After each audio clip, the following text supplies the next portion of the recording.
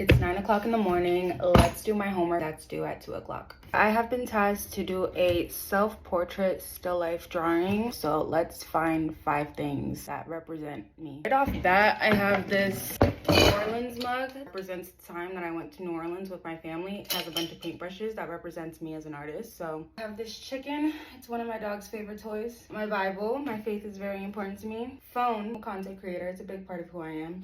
Okay, so I got our last items. This is a bottle of sand that I got from when I went to Angola, which is where I'm from. Now that we have all of our objects, we need to arrange the still life. I'm trying to arrange the objects in a way where it will be an interesting drawing and somewhat have a narrative. I brought over this lamp. It's like a spotlight lamp, so this will give us some good lighting. I'm just gonna make a little viewfinder so I can figure out the composition, how I want to frame this painting. So this is the still life.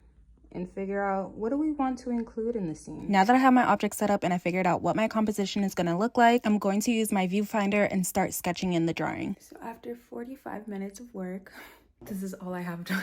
This is the reference. This is what I've done so far. For me, the sketching takes the most time because I want to make sure all my proportions are accurate. Once I start laying that charcoal down, it's smooth sailing. I always start with my shadows. And because I use a spotlight lamp for my light source, it's casting very strong and solid shadow shapes, which makes it easier to determine the light from the shadow. So now that I have all of my darkest shadows, I'm going in and adding value, working my way from dark to light. I like to use my fingers to blend the charcoal a lot. It really does help to quickly get a range of values without actually having to do too much extra work. I stopped recording for a little bit so I could really lock in. After you get all of your main values down, it's really just a dance going back and forth between shadow and light to get it to look the way you want it to. It's 12:30. I just finished the assignment. This is what we ended up with. It's giving drama. It's giving life. It's giving Picasso.